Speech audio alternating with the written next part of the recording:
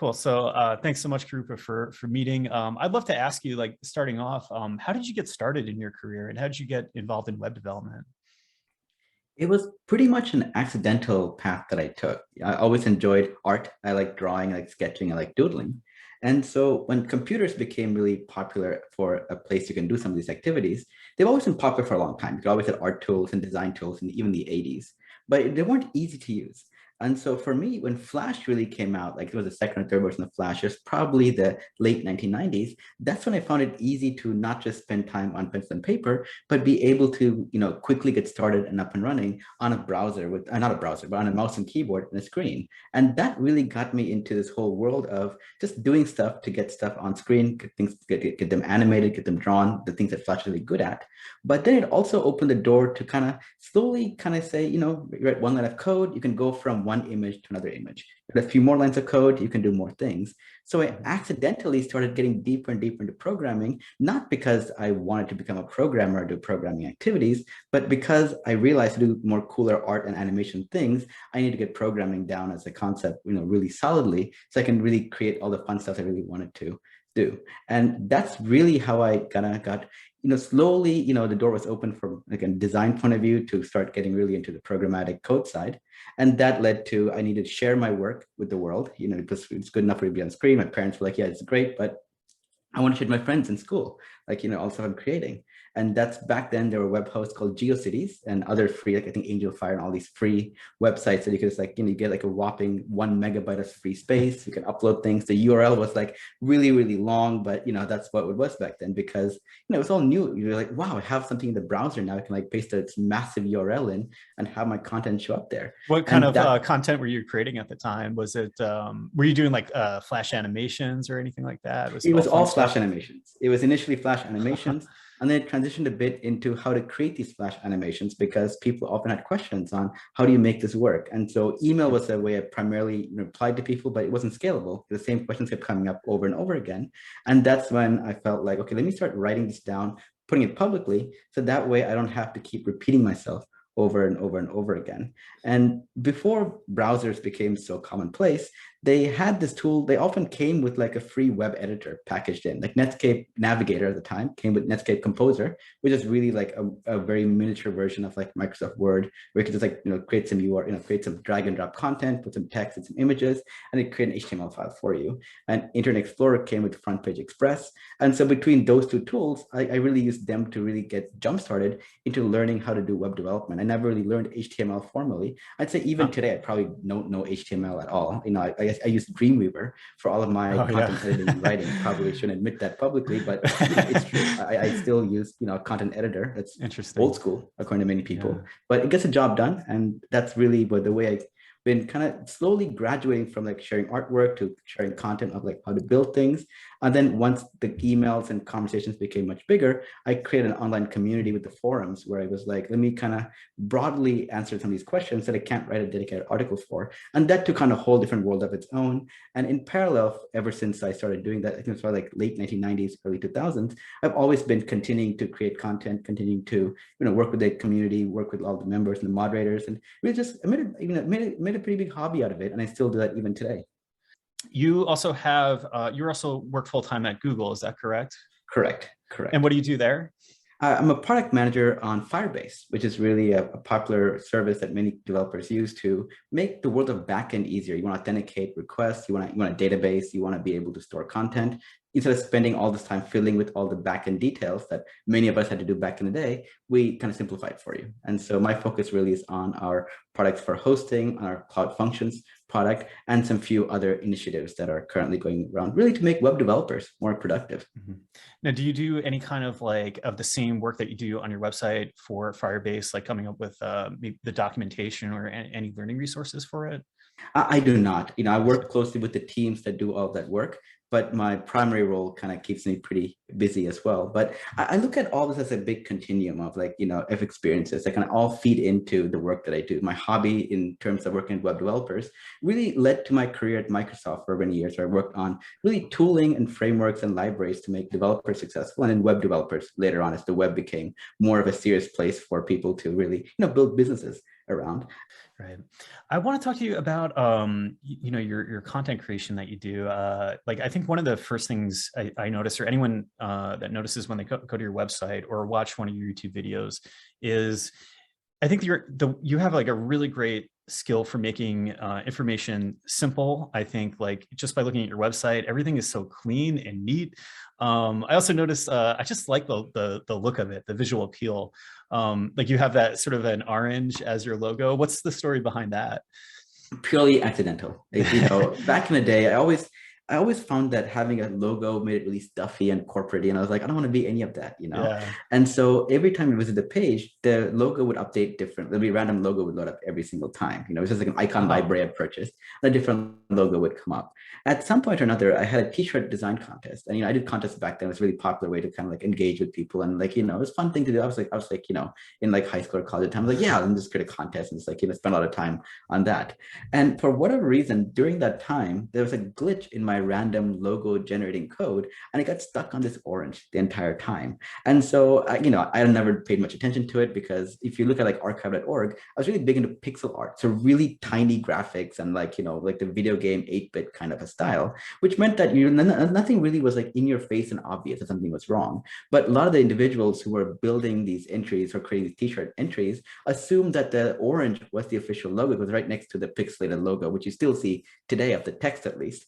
And so that became a key feature of all of these t-shirts that came out. And unlike digital things, physical t-shirt and good, they kind of last the test of time. Like I have like a handful of t-shirts in my closet right now. All of them feature the orange. And so the easiest way really for me was to be like, okay, you know what? It happened. That's great. Let's just make something out of it and then make the orange the official logo. So I bought the rights to that orange, which then I lost the rights somehow. Like this is back when like my Hotmail account was like all the rage and things like that. And yeah, so then I was like, let me recreate it from scratch and do something more unique. I And see. so the original orange is like a very pixelated form. I probably have the rights to it. I can't prove it. So like, let me just start over and like create it from scratch.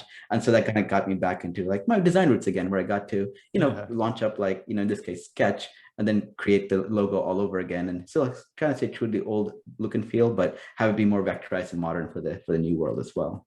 Yeah, I mean, I think it gives you like a certain identity. I mean, I like it stands out so much, and like with a Twitter feed where there's just like so much information, like that bright orange, or actually you're using I guess a pixelated avatar, but that too, it stands out. And like, I was like, oh, there's Kirupa. I gotta like watch what, or I gotta read what he's talking about. And like, I drew a lot of like inspiration from that. Like when I was just starting out, I was like, what is it about this that like really stands out to me?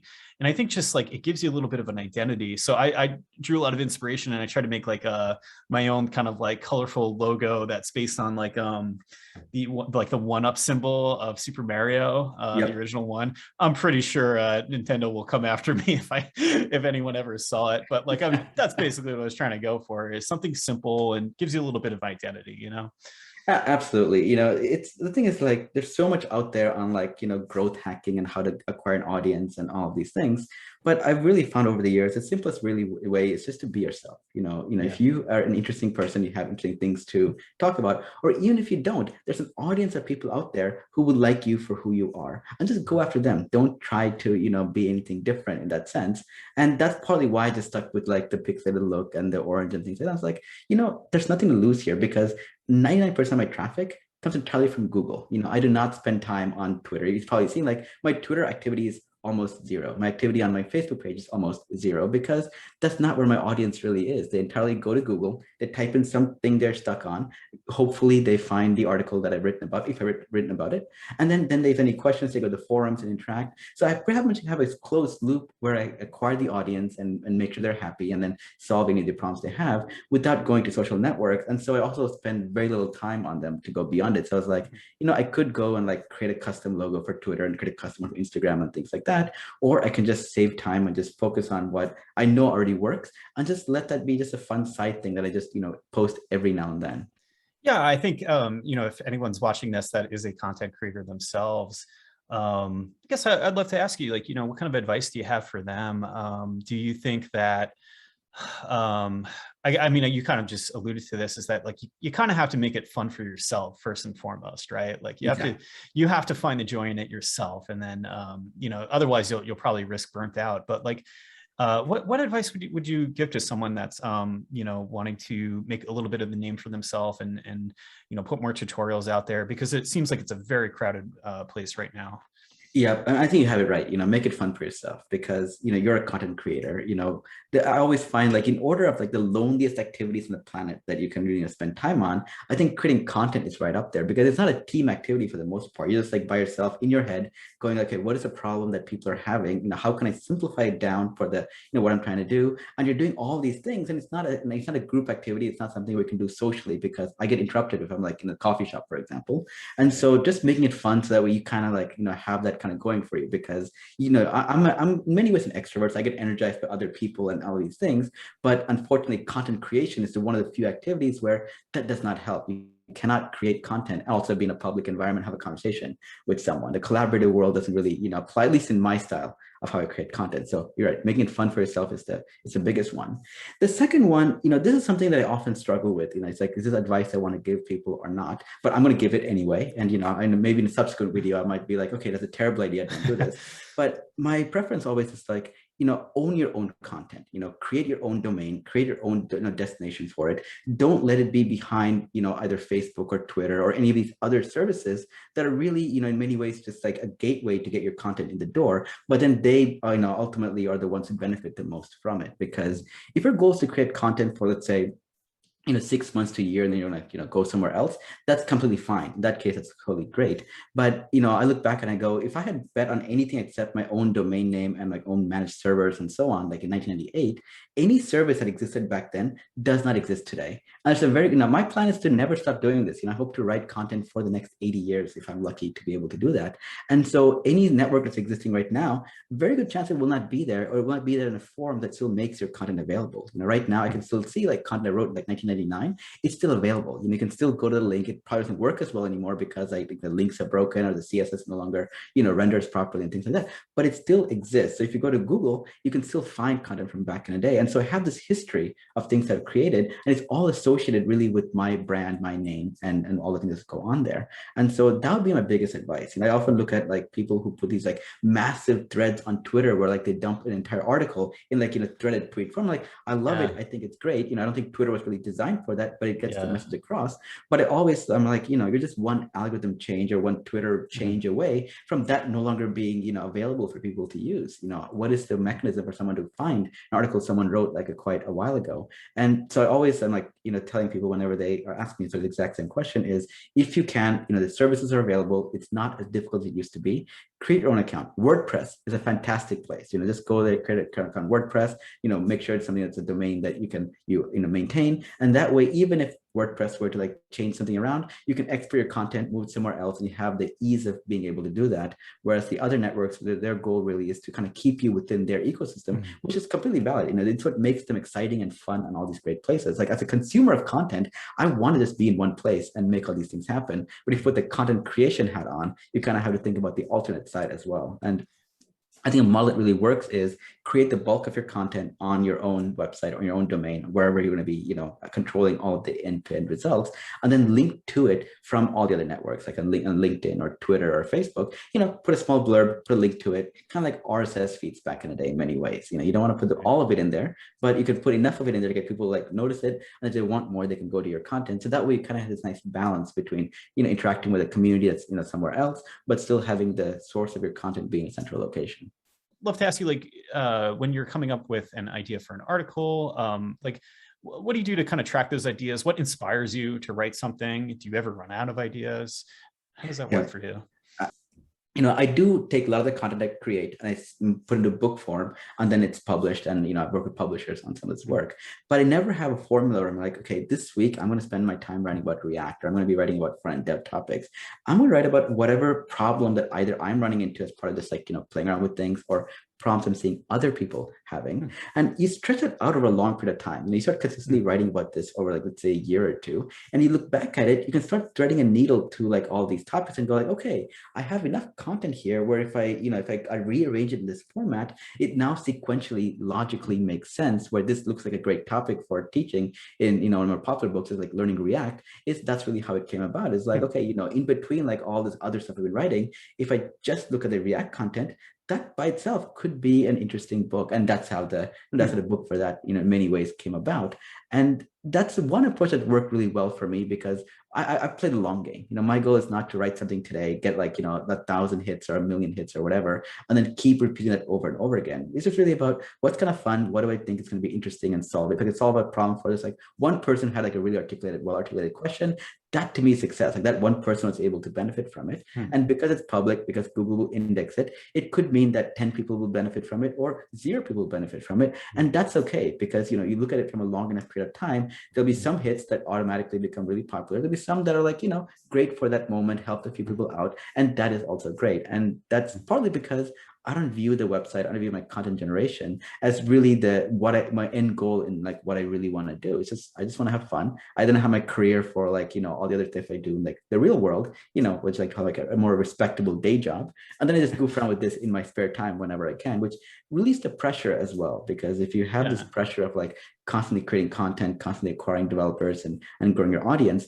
that takes the fun out of it a bit, and I want it to always be a point where like it just ever gets to be not fun anymore, I'm not going to do it. And so I hope to never get to that state. And so I'm always conscious of making sure that whatever I'm doing does not interfere too far into like, just more of a chore kind of an activity.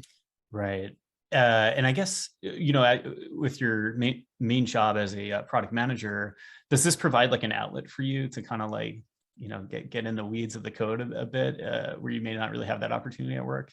It does. It does to a certain extent, but also what it also has like indirectly benefited me is that I've always kind of tried to align my job with my hobbies and interests, which is really around working with developers and trying to figure out their problems are and how to solve it for them. And so the side benefit of having this website and like all the content I create is that I'm in touch with developers constantly, and I get a much better pulse on what exactly it is that developers are doing, where they're currently trending, and what are the problems they're having. And also it gives me a chance to be more relevant as well, because I'm also writing the code. I'm also learning alongside them in many ways. And so I'm like, wait a minute, there's a better way we can look at how this problem can be solved. And just that kind of gives me, just an added set of inputs that, would otherwise be more difficult for me to really acquire. So it's kind of like, it's all just like a giant pile of Play-Doh in many ways, multiple colors, multiple activities, all just like fused together. It's hard to pinpoint any one thing as like the thing that I think is like going to be helpful for me in my future. But you put enough of them together, and as long as you're still having fun, it kind of makes my day job a lot of fun. It makes my side projects a lot of fun, and it just kind of just gives me this like a continuum of experiences, which really feeds into all the things that I do. Yeah, I think that's like a creative thinking kind of tactic is getting a lot of inputs, right? Like the more inputs you have, the more ability you have to like mix and match. And that's something you were talking about before, is like you've done a lot, you've come up with a lot of content, and then when you like look at those ideas on paper again, there's a way to configure them in a different way so you can create something new. Exactly. It's like Lego blocks, kind of Yeah. analogy. Each piece by itself might not be particularly interesting, but you have enough of those pieces and you have an idea of what you want to build, you could potentially rearrange them and build something really cool. All right, Kirupa, last question, and it's a two-parter. What is your favorite aspect of web development and your least favorite aspect of web development? I think my favorite part of web development is just the ease of getting started. Basically all I need is a code editor, and I can, run code, not even a domain. I can go to CodePen, create like a small example and just like, see what works, share with people, get feedback. And I love the community aspect of it. The bar for entry is very low. And then it's difficult to like sustain it for a long period of time, but it makes it easy where you have more control over all these things. There's no build step. It's not complicated. You can use whatever you want to make this work. And so many people out there, I think there were the last time I checked, about 14 million developers in the world who know JavaScript, more on the front end side. So it's a large ecosystem as well. So you're not exactly, alone doing all these things. So I think that's probably my favorite part about web development, is the community around it. I think the part that I dislike the most about web development is that it's gotten too complicated. It's gotten way too complicated. It's gotten way too developer centric, almost to the point where anything that is done to simplify it is almost looked at as like, we're going in the wrong direction. I think, people have had a bad taste from, editors like Front Page and Dreamweaver and some of these, what you see is where you get editors where the markup created wasn't always all that great, and that's a valid concerns. And they've also have this bad taste from Flash where, it wasn't accessible, it wasn't performant, it had all these things that you kind of look at as like, okay, it's very easy to do something very, very wrong, building something in Flash. And so let's move away from having these kind of tools that make it easy for people to, create kind of create content. And so if someone like me who was not very technical, was more, visually inclined and artistic, wanted to build something for the web today, the bar is massive. Where do I even begin? There are like 80 different frameworks or 80 different starting points. Do I post my own blog? Do I post on Twitter or post Facebook? All these complications kind of get in the picture. And then you add to the fact of like, do I need a build tool? Do I need is it NPM or Yarn? Like, what do I use right now? The amount of choices and knowledge you need to have before you even like get to the first line of code you might be writing is so massive. I feel like that is actually turning a lot of people away, especially when you look at like a large number of non-technical people who have an idea, who have the skills to eventually grow into being successful about development. But the barrier is just so high that we're pretty much like leaving people behind unnecessarily, and partly due to just our strict adherence to, you must know all about layout, you must know all about CSS, you must learn JavaScript first before you learn React or Vue. My view, pun intended, really is like, it doesn't really matter. If you want to create something, just kick the wheels, try what works and doesn't work. You'll eventually grow into knowing all these things. Like, don't worry right now about is it the right thing to do or wrong thing to do. You will absolutely make mistakes. The best way to learn is through making mistakes. And because we're not using a tool to kind of, provide guardrails and guide you to making all these things work, you will make a lot of mistakes, and it might even be frustrating at times. But I think the discouragement from the community, the same community that I absolutely love, I think it also has a tendency to discourage people from, using some of these, like, what you see is what you get tools, and like there are a lot of great tools that are there, but they have some minor flaws. Nothing is perfect. But I think us kind of guiding people away from using them and discouraging people, I think it's causing more harm than good. And I think that's the thing that I want to get back to the web is, let's simplify it back again. Oh, absolutely agree there. It's also become a very like a highly opinionated place, and that can also discourage you from just getting started, right? With anything, with any hobby or interest that you have. Like you said, just get started. That like little bit of action that you take is like everything you need to learn from, and to figure out like if this is for you, not just being so careful with it of like, oh, what do I do? What do I learn? So yeah, I 100%. Because really, one of the things you often tell people is that you want to solve the problem in the domain that someone is in. So if you have a visual problem, you want to solve it visually. Right. If you have a logic problem, you want to solve it like writing code in a logic form. Right now we kind of have basically a square peg and a hammer, and everything is really designed to be a coding problem. You want to draw a blue circle on the screen, for example. There's no way for me to just go like, okay, I'm just going to draw a blue circle and like have it be in the browser and have it work. It's really a case where you're either using the canvas or you're drawing a div with a 50% border radius. And to most people, the translation is very difficult. I don't think about, things in terms of like, lines of CSS or lines of JavaScript in this case. There is no circle element, for example, in HTML. So if you wanted to make it easy, there is no easy way to do that. And, and then you look at this question of like why we can't ever have nice things like that. And you're like, yeah, that kind of makes sense as well. But if you go back to the user who's like, I just want to get some circles on the screen, prohibitively very difficult. Whereas when you take a step back, I'm like, why is it difficult? Does it really have to be that hard? Does someone really need to spend like 6 months in a coding boot camp to learn how to just do that one thing and understand deeply why it works the way it does?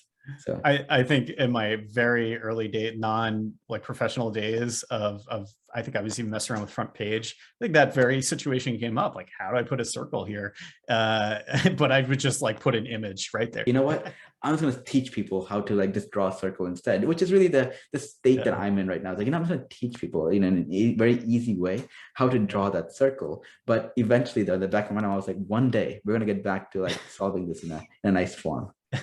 Devil is always in the details, right? Exactly. Well, Kirupa, I really enjoyed this chat. Thank you so much for sitting down with me and let me pick your brain for a while. If anyone's watching right now, go check out his site. Would you like to promote any kind of your work right now or social media accounts? No, not at all. Everything is Googleable. So, whatever I talk about right now will probably be relevant, like let's say 5 years from now when people are watching this. Whatever I'm doing then, just, go to Google, you'll find it. Awesome. All right. Well, thanks so much, Kirupa. I hope you have a great rest of your day. And thanks again. Thanks for having me. It was great chatting as well. Bye. Awesome. Bye-bye.